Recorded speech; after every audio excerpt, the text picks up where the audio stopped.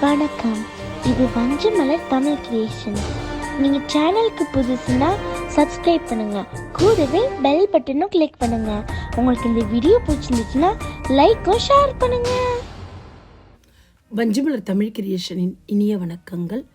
தேர்வில் இடம்பெறும் மிகவும் முக்கியமான வினாக்கள். கூத்தர் ஆடுகளம் கடுக்கும் என்ற வரி இடம்பெறும் நூல் புறநானூறு. நாடகம் மேடைக்கு வேறு பெயர் நாயகப்பத்தி. கலைஞர்கள் வாழ்ந்த இடங்களை பாண்சேரி என்று அழைப்பர்.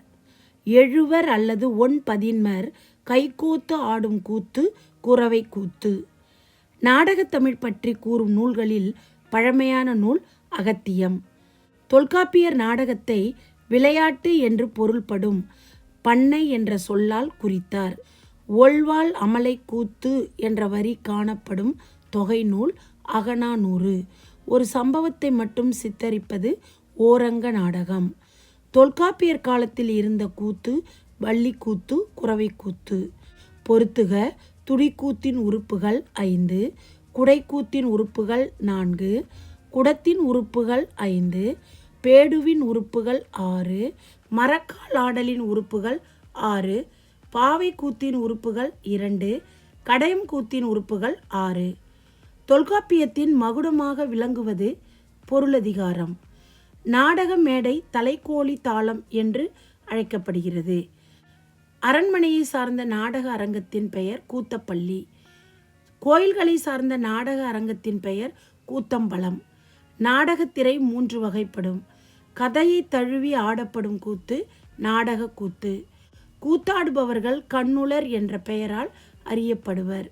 தெய்வங்களின் கோபம் தனியே ஆடப்படும் கூத்து சாந்தி கூத்து. வேடிக்கையாக ஆடப்படும் கூத்து வினோத கூத்து. சங்க நூல்களில் குரவை கூத்து குறிப்புகள் மிகுதியாக காணப்படுகிறது. கரண கூத்தினை அடியார்க்கு நல்லார் படிந்த வாடல் என்று குறிப்பிடுகிறார். தோற்பாவை கூத்து தற்பொழுது பொம்மலாட்டம் என்று வழங்கப்படுகிறது. வென்றி கூத்தின் வேறு பெயர் குரவை கூத்து. புறக்கூத்து 7 களங்களை உடையதாக ஆடப்படுகிறது. வரிக்கூத்தின் வகைகள் 8. கதை தழுவிய கூத்து என்று அழைக்கப்படுவது வாழசரிதை நாடகம். நாடகத்தில் மகளிர் பற்றிய செய்தி இடம்பெறும் சிற்றிலக்கிய நூல் கலிங்கத்து பரணி. உரையாசிரியராக மட்டுமல்லாமல் நடன கலை ஆசிரியராக திகழ்ந்தவர் அடியார்க்கு நல்லார். சோழர் காலத்தில் கூத்துக்கலை வளர காரணம் சோழ அரசர்களின் ஆதரவு. கூத்தர்களுக்கு தலைவர் என்று பாராட்டிடும் வகையில் பெயர் கொண்டவர் ஒட்டக்கூத்தர். நாடக பாங்கு மிகுதியாக காணப்படும் சிற்றிலக்கிய வகை கோவை. சங்க இலக்கியங்களில் கடுநடை உடைய இலக்கியம் 10. சிற்றிலக்கிய காலகட்டம் என்பது கிபி 12ஆம் நூற்றாண்டு. நாடகம் பெரிதும் வளர்ச்சி பெற்று பரவலாக இருந்த காலகட்டம் 14ஆம் நூற்றாண்டு. நன்றி.